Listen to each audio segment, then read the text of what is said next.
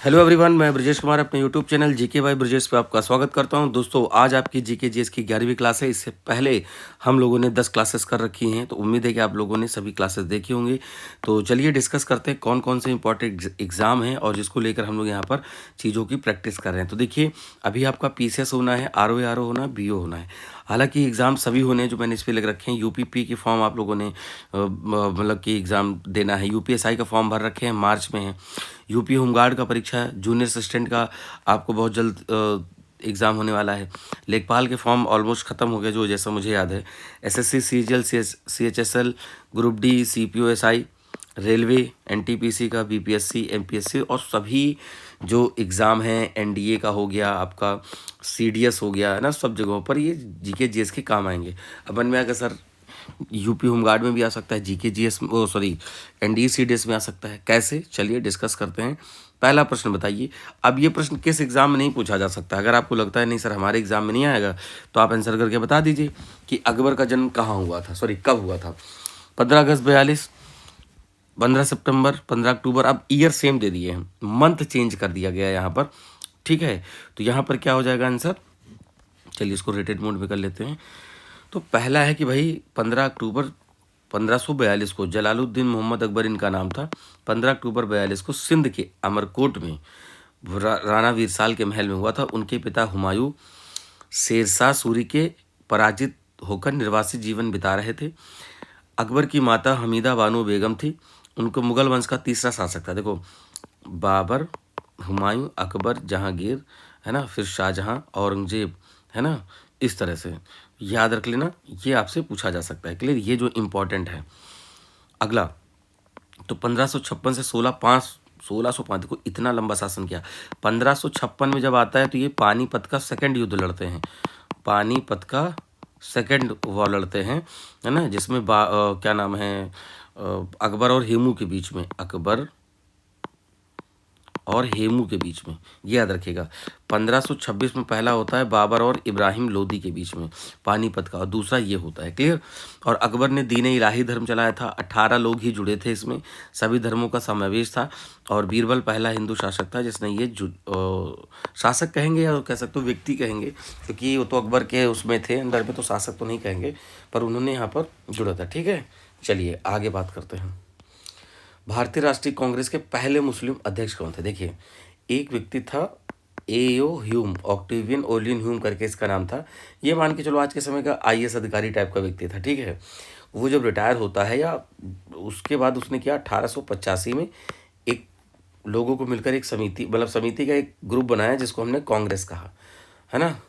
तो WC बनर्जी, उमेश चंद्र बनर्जी जो थे यहाँ पर, जो ये पहले अध्यक्ष इसके बनाए जाते हैं 1885 में, ठीक। फिर दादा भाई नौरोजी, फिर बदरुद्दीन तैयब, ये पहले मुस्लिम अध्यक्ष थे। फिर जॉर्ज ह्यूल, इस तरीके से लोग बनते हैं, ठीक है। तो ये याद रखना, 1885 में कांग्रेस बनी थी। देखो यहाँ पर दिया हुआ है 1885, WC बनर्जी मैंने, ये पहले अध्यक्ष थे, ठीक। ये सेकंड हो गए, ये थर्ड हो गए, है ना। अब ये फोर्थ हो गए, लेकिन ये फिफ्थ नहीं है। 1987, अभी बात डिस्कस करते हैं क्यों ऐसा लिखा है। तो 85 में कांग्रेस बनी, उमेश चंद्र बनर्जी को बनाया गया। 86 में दादा भाई नौरोजी, ठीक है। 87 में बदरुद्दीन तैयब फर्स्ट मुस्लिम अध्यक्ष थे, है ना। और जॉर्ज यूल फर्स्ट इंग्लिश या यूरोपियन अध्यक्ष थे, ठीक है, ब्रिटिशर्स थे, ठीक है। 27 में मुख्तार अहमद अंसारी, 28 में मोतीलाल नेहरू, 29 में जवाहरलाल नेहरू। तो ये जो मोतीलाल नेहरू है वो जवाहरलाल नेहरू के फादर भी थे, ठीक है, ये याद रखिएगा। तो ये इंपॉर्टेंट है। अच्छा, मन में आएगा क्या कभी गांधी जी नहीं बने? गांधी जी नहीं बने क्या? तो गांधी जी बने थे 1924 में कांग्रेस अधिवेशन के अध्यक्ष। अब ये कहाँ बने थे? बेलगाम में। अब बेलगाम कहाँ पड़ता है? ये पड़ता है कर्नाटक में। कहाँ पड़ेगा? कर्नाटक में। तो एक ही प्रश्न से इतनी सारी इन्फॉर्मेशन आपके पास आ गई है। चलिए, अब ये आपके sequence chronology NDA CDS PCS कहाँ नहीं पूछा जा सकता है, यही तो मेरा कहना रहता है कि आप इसको यहाँ पर अच्छे से पढ़ते रहिए। सॉरी, देखिए, बदरुद्दीन तैयब राष्ट्रीय कांग्रेस के तीसरे अधिवेशन के मद्रास में हुआ था, अध्यक्ष चुने गए थे। कांग्रेस के सर्वोच्च पद पर आसीन होने वाले पहले मुस्लिम व्यक्ति थे। भाषण में कांग्रेस को एक धर्मनिरपेक्ष और समावेशी बताया था। अधिक मुस्लिमों को इससे जुड़ने के लिए प्रेरित किया। बॉम्बे हाईकोर्ट के पहले बैरिस्टर और बाद में न्यायाधीश भी बने थे वहाँ के। ये इनका थोड़ा सा बैकग्राउंड है। आयरन पिलर किसने बनाया? आपको पता है कि दिल्ली का लौह स्तंभ आज भी है, किसमें भैया जंग नहीं लगती है, जंग या जिसको कहते हो कि रस्टिंग, वो नहीं लगती है। इतना बेहतरीन इंजीनियरिंग का कह सकते हो कि नमूना है ना। 1600 साल पुराना है लगभग, ठीक है। चंद्रगुप्त प्रथम, समुद्रगुप्त, चंद्रगुप्त द्वितीय, कुमारगुप्त। तो देखो भैया आयरन पिलर थोड़ा देखते चलो, ये है ना, ये चीज़ है। क्लियर?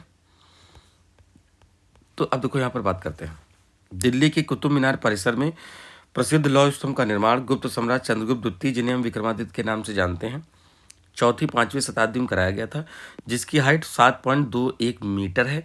अपनी जंग रोधी रस्ट रेजिस्टेंस मेटलर्जी के लिए पूरे विज्ञान मतलब दुनिया में वैज्ञानिकों के लिए आश्चर्य का विषय है कि 1600 साल पुराना खुले में रहने के बावजूद, क्योंकि खुले में मॉइस्चर लग रहा है ना, बारिश हो रही है ना, नमी है, ये सब के बावजूद भी इसमें जंग नहीं लगी है। स्तंभ पर चंद्र राजा का नाम का उल्लेख है, जिसे चंद्रगुप्त द्वितीय माना जाता है। चलिए आगे बढ़ते हैं।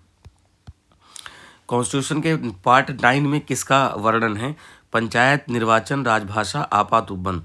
तो यहाँ पर देखिए, यहाँ पर क्या है? पंचायत है। संविधान के भाग 9 में 243 से लेकर 243 ओ में पंचायतों का वर्णन है। आर्टिकल 40 में directive principle of state policy, जो कॉन्स्टिट्यूशन के पार्ट 4 का भाग है, इसमें भी बात करी गई है कि पंचायतों का गठन होगा। लेकिन 73 संविधान संशोधन 1992 के माध्यम से इसे कॉन्स्टिट्यूशनल दर्जा दिया गया और भाग 9 को फिर से स्थापित किया गया है। ग्राम सभा पंचायतों का गठन, आरक्षण, तो महिला के लिए 1/3 सीट आरक्षित होती है, यानी जितनी भी पंचायतें होंगी उसमें से 1/3 महिलाओं के लिए आरक्षित रहेंगी। क्लियर? अगला, तो हाँ देखिए यहाँ पर कॉन्स्टिट्यूशन के पार्ट है, देख लीजिए थोड़ा सा।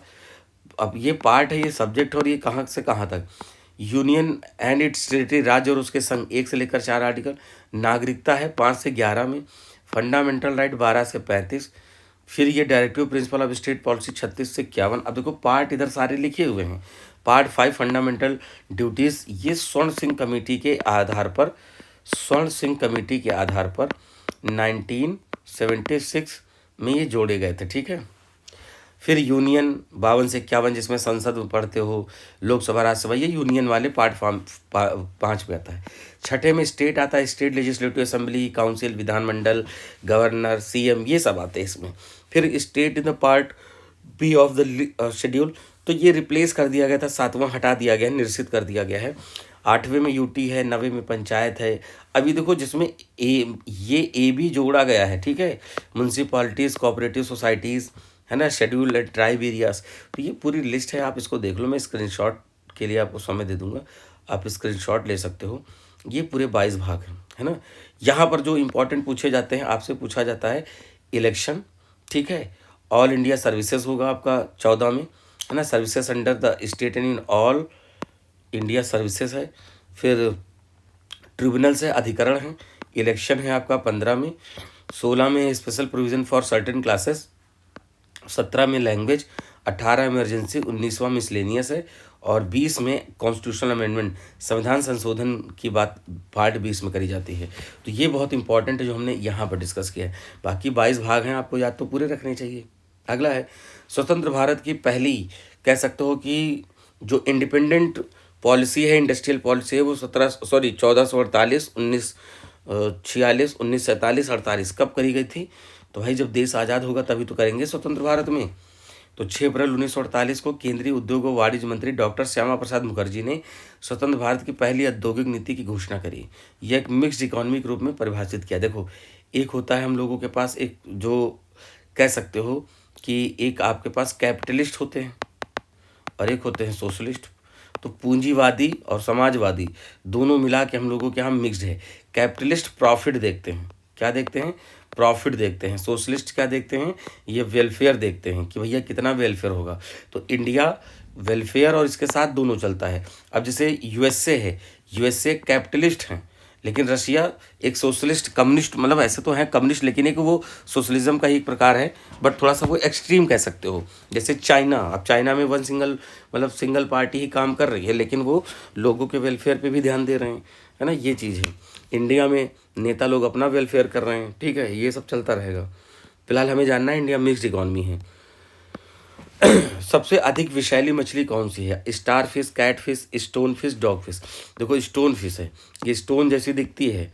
अब ये आपको दिख रहा होगा, कुछ अटपटा लग रहा होगा सर ये किसका चित्र, अगर दूर से देखोगे तो मछली नजर आएगी। ठीक है, तो ये मछली है, फिर से देख लो। क्लियर।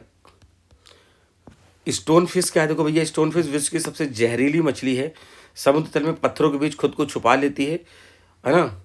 इसमें 13 जहरीले कांटे होते हैं, जिसमें न्यूरोटॉक्सिन और साइटोटॉक्सिन होता है। यदि इंसान पैर रख दे तो जहर आसानी दर्द, लकवा और हृदय की विफलता का कारण बन सकता है, हार्ट अटैक का। क्योंकि वो इंजेक्ट होता है, इतना पेनफुल होता है ना, वो पत्थरों के बीच में छुपी रहती है, पता ही नहीं चलता। लोग सोचते हैं पत्थर है, पैर रखते हैं, आगे बढ़ जाते हैं ऊपर की तरफ। तो ये थोड़ा सा नुकसानदेह है। अब ये क्वेश्चन पूछा गया है प्रीवियस ईयर में, जीडी वगैरह में। नेपोलियन के पिता का नाम क्या था? जेनिथ, चार्ल्स प्रथम, जेम्स द्वितीय, कार्लो बोनापार्ट। तो कार्लो बोनापार्ट ही होंगे, ऑप्शन नंबर डी। ठीक। फ्रांस का महान सम्राट नेपोलियन बोनापार्ट 15 अगस्त 1769 को कोर्सिका, देखो ये इटली है, यहाँ पर पड़ता है सिसिली, इसी में इधर मेडिटेरेनियन सी है पूरा, ये पूरा मेडिटेरेनियन सी है। यहाँ पर कोर्सिका है फ्रांस का और सार्डिनिया है इटली का। तो इसी कोर्सिका आइलैंड पे इस व्यक्ति का जन्म होता है। उसके पिता ने कोर्सिका के स्वतंत्रता संघर्ष में भाग लिया था, लेकिन बाद में फ्रांसीसी स्वशासन को स्वीकार कर लिया। मतलब ये पहले इंडिपेंडेंट रहना चाहते थे, पर कोर्सिका आइलैंड ने फ्रांस की अधीनता स्वीकार कर ली और नेपोलियन को फ्रांस में शिक्षा प्राप्त करने का अवसर भी प्राप्त हुआ। नेपोलियन बोनापार्ट पता ही होगा, 1789 में फ्रांस की क्रांति भी होती है। उस गवर्नर जनरल का नाम बताया जिस पर महाभियोग चलाया गया? Warren Hastings, Ripon, Lytton, Dalhousie. इसी के काल में चलाया गया था। देखो डलहौजी रेलवे के लिए जाना जाता है ना। फिर जैसे रिपन क्या है भैया? रिपन के समय में रेगुलर सेंसस हुई है, रेगुलर सेंसस हुई है ना। पंचायत वगैरह के गठन के लिए भी इनको माना जाता है, पंचायत। ठीक। वॉरेन हेस्टिंग्स पे चला था। फिर एक मेयो व्यक्ति था, मेयो 1872 में, इसके समय जनगणना शुरू हुई थी, है ना। रेगुलर सेंसस रिपन के काल से शुरू हुई थी। एक चार्ल्स मेटकॉफ व्यक्ति था, चार्ल्स मेटकॉफ, प्रेस का मुक्तिदाता कहा जाता है, प्रेस का मुक्तिदाता, क्योंकि एक बिल आया था लिटन के काल में कि भैया ऐसा है कि कोई वो बनाओगे तो आपको पहले हमें देना पड़ेगा कि भाई दिखाओ कि इसमें क्या न्यूज़ छाप रहे हो क्या नहीं छाप रहे हो, उस पर सेंसरशिप हो जाती थी। क्लियर। तो मेटकॉफ ने सब हटा दिया था। वॉरेन हेस्टिंग्स के बारे में देख लो भाई, बंगाल का प्रथम गवर्नर जनरल 1773। 85 में जब इंग्लैंड गया तो एडमंड बर्क ने भारत में किए गए अन्याय, अत्याचार और भ्रष्टाचार के आरोप के तहत उस पर इम्पीचमेंट चला गया और 1788 से 95 तक करीब 7 साल चला। हालांकि बाद में सभी दोषों से उसको मुक्त कर दिया गया था। चलिए आगे बढ़ते हैं। मूल कर्तव्य संविधान के किस, अभी देखिए मैंने ऊपर सारे पार्ट्स पढ़े थे, ठीक। तो जिसमें आएगा 51 का, ठीक है, 51 का, यानी पार्ट 4A में है 51 का। इसमें 11 कह सकते हो कि फंडामेंटल ड्यूटीज़ हैं। तो जब ये जोड़ी गई तो उसमें 10 फंडामेंटल ड्यूटीज़ थी। ये किसकी रिकमेंडेशन पे जोड़ी गई थी? स्वर्ण सिंह कमेटी, स्वर्ण सिंह कमेटी, इनकी रिकमेंडेशन पे मूल कर्तव्य को जोड़ा गया था। तो यहाँ पर आइए देखते हैं।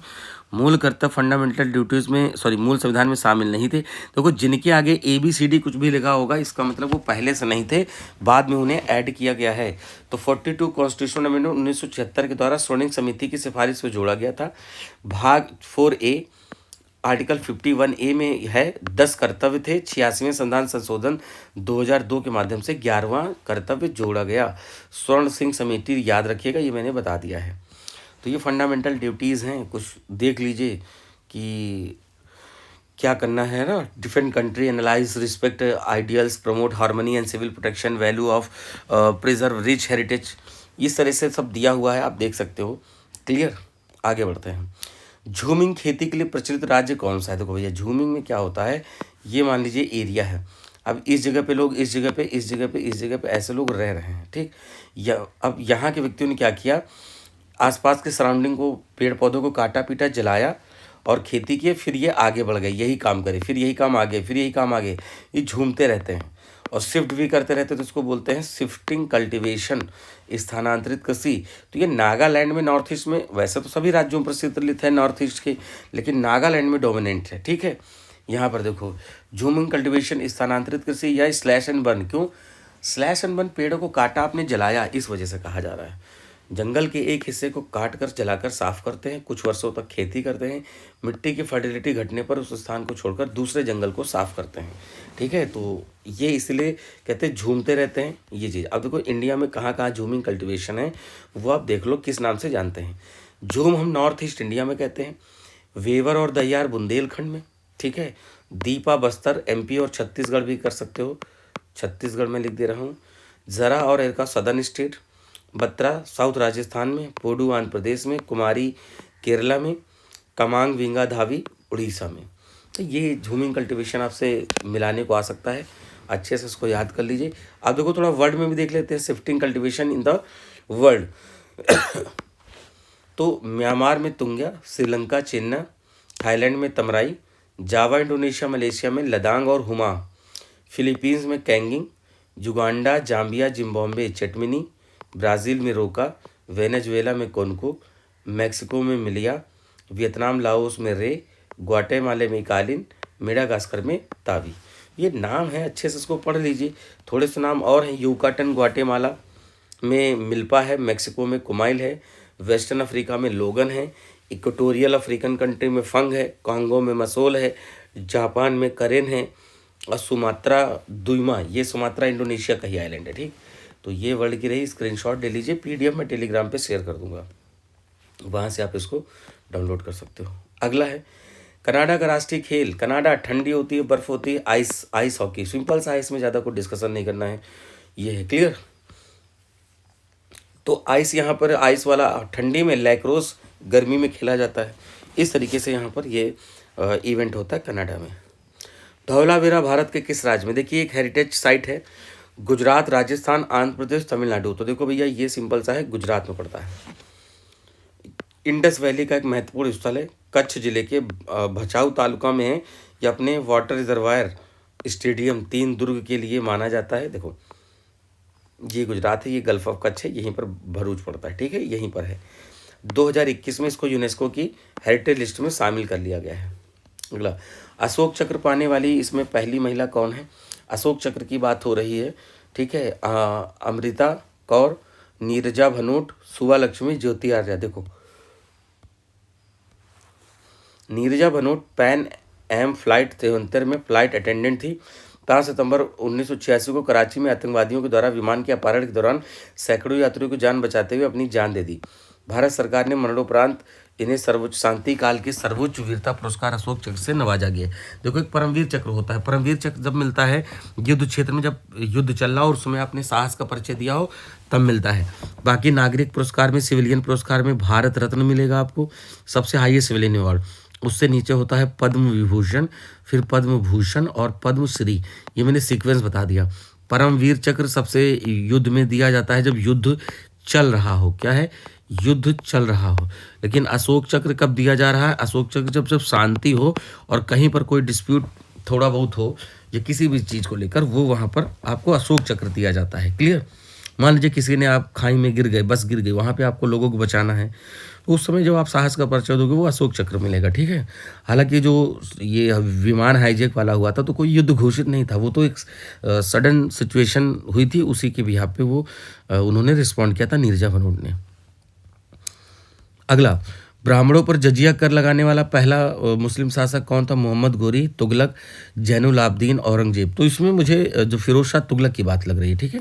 तो यहाँ पर देखो क्या, ऑप्शन नंबर बी, जजिया कर गैर मुसलमानों से लिया जाने वाला एक सिक्योरिटी टैक्स था। सर्वप्रथम मोहम्मद बिन कासिम ने लगाया था, लेकिन देखो मोहम्मद बिन कासिम ऐसा व्यक्ति था 712 ईस्वी में अरबों पर, मामला अरब व्यक्ति था, वहाँ से आया हुआ था और इंडिया पे पहला मुस्लिम शासक था जिसने आक्रमण किया था, लेकिन ब्राह्मणों को उससे मुक्त रखा गया था। फिरोज शाह तुगलक सुल्तान बना जिसने ब्राह्मणों पर भी जजिया कर लगाया। अकबर ने 1564 में समाप्त किया, लेकिन औरंगजेब आया तो 1679 में फिर से लगा दिया। तो ये थोड़ा बैकग्राउंड है जजिया कर, सिक्योरिटी टैक्स एक प्रकार से नॉन कह सकते हो कि उनसे लिया जाता था, मुस्लिम से। झंडा समिति के अध्यक्ष कौन थे? S K. Mukherjee, J B. Kripalani, doctor Rajendra Prasad, Bhimrao Ambedkar. हमारी लगातार क्लास ले रहे होंगे तो मैंने इस पर बिल्कुल अपडेट कर रखा है, आपको पता होना चाहिए। जे.बी. कृपलानी है।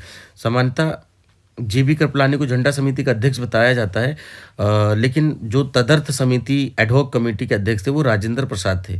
ठीक है, तो यहाँ पर मतलब ऑप्शन के हिसाब से तो हो सकता है, पर अगर देखिए मैं कहूँ तो यहाँ पर जो जो परीक्षा में आया उसके हिसाब से यहाँ पर बी माना गया है, लेकिन राजेंद्र प्रसाद जी का नाम ज़्यादा आता है। भारतीय राष्ट्रीय कांग्रेस के पहले अध्यक्ष, भैया अभी मैंने कांग्रेस के अध्यक्ष वो बताया था, पहले के WC बनर्जी बताया था, दूसरे में दादा भाई नौरोजी बताया था, तीसरे में बदरुद्दीन तैयब बताया था, चौथे में जॉर्ज यूल बताया था, है ना। तो जॉर्ज यूल पहले इंग्लिश अध्यक्ष थे और बदरुद्दीन तैयब थर्ड नंबर पे थे, लेकिन पहले मुस्लिम अध्यक्ष थे। तो यहाँ पर सिर्फ कांग्रेस के, जब 1885 में कांग्रेस बनती है तो वहाँ की बात हो रही है, तो वहाँ पर कौन थे? WC बनर्जी। देख लो भैया, डिटेल देख लो। तो 28 से 31 दिसंबर 1885 को बॉम्बे के गोकुलदास तेजपाल संस्कृत विद्यालय में ये मीटिंग हुई थी और WC बनर्जी इसके पहले अध्यक्ष थे। ए हुम इसकी स्थापना करे थे 1885 में। मैंने बताया था अभी ऊपर वाले प्रश्न में, ये इस समय के हिसाब से उस समय वहाँ पर वो एक सिविल सर्वेंट थे। आधुनिक राष्ट्रवाद का पैगंबर किसे कहते हैं? महेश दास, अरविंदो घोष, राजा राम मोहन राय या सुभाष चंद्र बोस? तो आधुनिक राष्ट्रवाद का पैगंबर किसे कहा जाता है? अरविंद घोष को कहते हैं। क्लियर। अगला, बीरबल का वास्तविक नाम क्या था? बीरबल का वास्तविक नाम महेश दास, अभी ऑप्शन में को ऊपर देखा था, महेश दास नाम था बीरबल का। हमने ये भी बताया था ऊपर, दीन इलाही जो चला था किसने चलाया था? अकबर ने चलाया था। तो उसमें 18 लोगों में एक इकलौता हिंदू था जिसने उस धर्म को एक्सेप्ट कर रखा था। ठीक है, और सबसे पहले इसी ने किया था। तो सम्राट अकबर के नवरत्नों में से वो सबसे प्रिय दरबारी बीरबल था। 1528 में जालौन, उत्तर प्रदेश में एक जगह पड़ती है जालौन, उसी में कालपी जगह पे इसका हिंदू ब्राह्मण परिवार में जन्म हुआ था। उसका असली नाम महेश दास था। अकबर के कविराय और बीरबल की उपाधि दी थी। और दीन, ये क्या लिखा है मैंने, जैसे आपसे पहले ही बता रखा है, दीन इलाही को स्वीकार करने वाला एकमात्र हिंदू था। और ये मैंने शुरुआत के ही प्रश्न में बता दिया था। संविधान संशोधन की प्रक्रिया कहाँ से ली गई है? इस पर मैंने एक शॉर्ट वीडियो डाला है। क्या है? शॉर्ट वीडियो डाल रखा है, आप उसको जाकर प्लीज़ देखें। शॉर्ट वीडियो है ना, हमारे शॉर्ट्स वीडियो में आपको मिल जाएगा कि भाई सारे कॉन्स्टिट्यूशन के सोर्स वाला हमने आपको बता रखा है। तो संविधान संशोधन की प्रक्रिया जो है वो कहाँ ली गई है? साउथ अफ्रीका से। जर्मनी से क्या लिया गया था? जैसे जर्मनी से आपात, वाइमर इनका आपात उपबंध लिए गए हैं। ठीक है, कनाडा से फेडरल सिस्टम लिया गया है। क्लियर। तो इस तरीके से कुछ ना कुछ कहीं से लिया गया है। जैसे फंडामेंटल ड्यूटीज़ जो हैं वो USSR से लिया गया है। अगर बात करें DPSP आयरलैंड से ली गई हैं, आयरलैंड से ली गई हैं। कनकरेंट लिस्ट, समवर्ती सूची ऑस्ट्रेलिया से ली गई है। फंडामेंटल राइट, जुडिशियल रिव्यू, है ना, ये सब कहाँ से लिया गया है? ये USA से लिया गया है। पार्लियामेंट्री सिस्टम, तो पार्लियामेंट्री सिस्टम UK से लिया गया है। तो इतना सारा जो रिवीजन करा है ये आप देख लें, साथ में ही आप हमारा शॉर्ट वीडियो देख लें, उस पर सभी देशों से क्या क्या चीज़ हमने बोरो करी है वो दिया हुआ है। ठीक, तो ये देखो, अभी मैंने ये भी बताया था कॉन्स्टिट्यूशन के पार्ट 20 में क्या है, संशोधन की बात होती है आर्टिकल 368 में। क्लियर। तो साधारण बहुमत, विशेष बहुमत और विशेष बहुमत के साथ आधे राज्यों की अनुमति होती है। साधारण क्या है? प्रेजेंट एंड वोटिंग का 50 + 51%, मतलब 50 + 1% होना चाहिए। ठीक है, क्यों ऐसा कहा गया? और सुनिए, एक होता है कोरम पूर्ति, होती है गणपूर्ति जिसको बोलते हैं। जितने भी सदन की संख्या होगी 1/10 लोग तो आने ही चाहिए। मान लो 545 लोग हैं तो इसमें से हमें 55 लोगों को उसमें लोकसभा में प्रेजेंट रहना होगा, तभी साधारण बहुमत माना जाएगा। मान लीजिए सिर्फ 40 लोग आए तब साधारण बहुमत नहीं चलेगा। 545 में से तो 10% कितना हुआ? 54.5, तो लगभग 55 लोग आने चाहिए। इस 55 का 51%, तो यहाँ पर कितना हो जाएगा? 26 दूना 52, 27 54 28, तो 28 लोगों को साधारण बहुमत के लिए वोट करना पड़ेगा। विशेष बहुमत होता है कि प्रेजेंट एंड वोटिंग प्लस उस सदन की संख्या का वो होना चाहिए। यहाँ पर प्रेजेंट एंड वोटिंग का 2/3 की बात हो रही है, तो ये नंबर लिया जाता है फिर। और विशेष बहुमत में हम ये विशेष बहुमत के साथ आधे राज्यों से अनुमति लेते हैं। जैसे मान लो कोई बहुत तगड़े से वो करना है, मान लो राष्ट्रपति की चुनाव प्रक्रिया में अगर हमें कुछ चेंजेस करने तो फिर हमें विशेष राज्यों की अनुमति लेनी होगी। अगला, एवरेस्ट पे चढ़ने वाली प्रथम नेत्रहीन महिला कौन सी थी? एरिक बीनमेयर, आई थिंक यही है। तेजस्विनी यादव, संतोष यादव। संतोष यादव तो पहली कह सकते हो 2 बार चढ़ी हैं इस पर, ठीक है। जैसे इंडिया से बात करें तो संतोष यादव हैं, 2 बार चढ़ी हैं माउंट एवरेस्ट, ठीक। और अगर बात करें वहीं पर क्या नाम है, अरुणिमा सिन्हा की, तो अरुणिमा सिन्हा पहली विकलांग महिला थी, है ना। विकलांग देखा होगा, जो ब्लेड लगाती हैं, पैर उनके कट गए थे। एक यूपी में यात्रा के दौरान कुछ लोगों ने इनको चलती ट्रेन से फेंक दिया था, तो इनके पैर कट गए थे, क्लियर। तो यहाँ पर देखो, एरिक बीनमेयर जो हैं, ये पहली नेत्रहीन व्यक्ति हैं जिन्होंने 25 मई 2001 को ही एवरेस्ट पर किया गया था, ठीक है। चूंकि नोट प्रश्न में महिला शब्द का प्रयोग किया गया, लेकिन पुरुष का है, जो कि प्रश्न पत्र में एक त्रुटि हो सकती है, ठीक है। और विकल्प के अनुसार एरिक बीनमेयर ही है। तो जहाँ पर जैसा अपडेट होता है वो आपको दिया जाता है। ये एवरेस्ट है, और एवरेस्ट की हाइट पता क्या है? एवरेस्ट की हाइट 8,848.86 मीटर है, ठीक। नेपाल में इसको हम गोसाई थान कहते हैं। क्या बोलते हैं? गोसाई थान बोलते हैं। और क्या बोलते हैं? प्लस आपको तिब्बत में चोमोलुंगमा बोलते हैं। क्या बोलते हैं? चोमोलुंगमा बोलते हैं। तो ये थोड़े से पॉइंट है, याद रखिएगा। ये हाइट लिख दिया हमने। नेपाल में स्थित है माउंट एवरेस्ट। कहाँ? नेपाल में। और ये ग्रेट हिमालय का पार्ट है। किसका? ग्रेट हिमालय का पार्ट है। आगे बात करते हैं। भारत में पहली बार जनगणना, देखिए अभी मैंने बताया था कि इसके समय में मेयो के टाइम पीरियड पे, किस पे? मेयो के टाइम पीरियड पे हुई थी सबसे पहली जनगणना, ठीक। और 1881 से रेगुलर होती है, ठीक। अभी तक 2011 तक 15 जनगणना हो चुकी है, लेकिन आज़ादी के बाद वो 7th जनगणना थी। आज़ादी के बाद 7th जनगणना थी। अब जो होगी, आज़ादी के बाद 16वीं होगी, सॉरी, आज़ादी के बाद 8वीं होगी, और टोटल 16वीं जनगणना होगी। प्रत्येक 10 साल पे होनी थी, लेकिन 2021 में कोविड के समय लिए नहीं हुई थी। तो देखिए, मेयो के काल में 1872 में हुआ, पूरे देश में एक साथ नहीं हुई थी। तो रेगुलर सेंसस 1881 में रिपन के कार्य में हुई थी। उसके बाद 10 साल पर जनगणना होती रही है। प्रथम फैक्ट्री अधिनियम किसके समय में आया? कैनिंग, रिपन, लेटन, बेंटिक। सिंपल सा प्रश्न, इसलिए आगे बढ़ते हैं कि रिपन के टाइम पीरियड पर फैक्ट्री अधिनियम आया था, जिसमें कहा गया था कि 7 वर्ष से कम आयु के बच्चे कारखाने में काम नहीं करेंगे, ठीक है। और अगर 7 वर्ष से ऊपर और 12 वर्ष के नीचे बच्चे हैं तो उनके काम करने के घंटे तय किए गए। और रिपन को स्थानीय स्वशासन का जनक, भैया ये ऊपरी वाले प्रश्न में मैं बता चुका हूँ, इसीलिए कहता हूँ कि लगातार पढ़ते रहेंगे तो कुछ चीज़ें एक्स्ट्रा पता चलेंगे, और वही क्वेश्चन आगे देखिए बन के आ रहे हैं, ठीक। राज्यसभा की पहली बैठक, देखो ऐसे समझो, ये हमारा पार्लियामेंट है। पार्लियामेंट का आर्टिकल है 79। इस पार्लियामेंट के 3 पार्ट हैं। एक तो है प्रेसिडेंट, प्रेसिडेंट का आर्टिकल है 52। फिर एक है राज्यसभा, आर्टिकल 80। और एक है लोकसभा, आर्टिकल 81।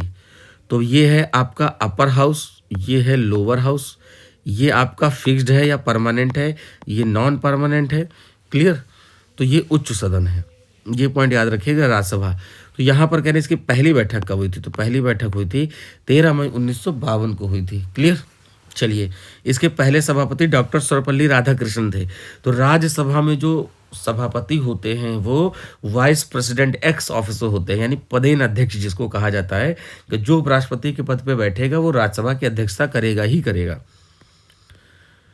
पूछा है K2 या गॉडविन ऑस्टिन की ऊंचाई कितनी है, ठीक है। तो ये कितनी है भैया? 8611 मीटर, 8611 मीटर है।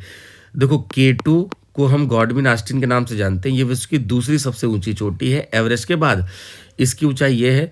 पीओके के काराकोरम, पीओके क्या, इसको सीओके कर लिए, चाइना ऑक्युपाइड कश्मीर में है, ठीक है। लेकिन ये हाईएस्ट पीक ऑफ इंडिया कर देना। अब कहोगे सर ऑफ इंडिया, हाँ, अगर पूछता इन इंडिया, भारत में कौन स्थित है, तब तो कंचनजंगा हो जाता। कंचनजंगा हो जाता सिक्किम में, ये भारत में प्रेजेंट है। लेकिन अगर पूछे भारत की है लेकिन ऑफ लगा दिया, नहीं भारत की है, तो वो K2 हो जाएगी। अगला, वसा को पचाने वाला एंजाइम कौन है? तो वसा को जो डाइजेस्ट करता है एमाइलेज, ट्रिप्सिन, टाइलिन या लाइपेज, ये कौन करता है? लाइपेज करता है। तो लाइपेज एक एंजाइम है जो शरीर में फैटी एसिड और ग्लिसरॉल को तोड़कर पचाने में मदद करता है। इसका मुख्य स्राव पैंक्रियाज में होता है, जिसे पैनक्रियाटिक लाइपेज कहते हैं। टाइलिन में लार पाया जाता है और एमाइलेज कार्बोहाइड्रेट को पचाता है, क्लियर। तो ये रही आपकी आज की क्लास। तो थैंक्स फॉर वॉचिंग, और भाई वीडियो को लाइक करें, शेयर करें और चैनल को सब्सक्राइब करें। जीके बाई ब्रजेश नाम से है, आपको पता ही है। और टेलीग्राम के लिए, पीडीएफ वगैरह के लिए आप हमारे चैनल से जुड़े, उसमें आपको बहुत सारी चीज़ें मैं शेयर करता हूँ। GK by Brajesh sir, GK by Brajesh sir, तो आपको तमाम चीज़ें वहाँ से मिलेंगी जो आपके एग्ज़ाम के लिए ज़रूरी है। तो ऐसे ही लगातार हमारा डिस्कशन चलता रहेगा। चलिए फिर मिलते हैं नई चीज़ों के साथ, नए क्वेश्चन के साथ नेक्स्ट क्लास में। तब तक के लिए नमस्कार, थैंक यू, जय हिंद दोस्तों।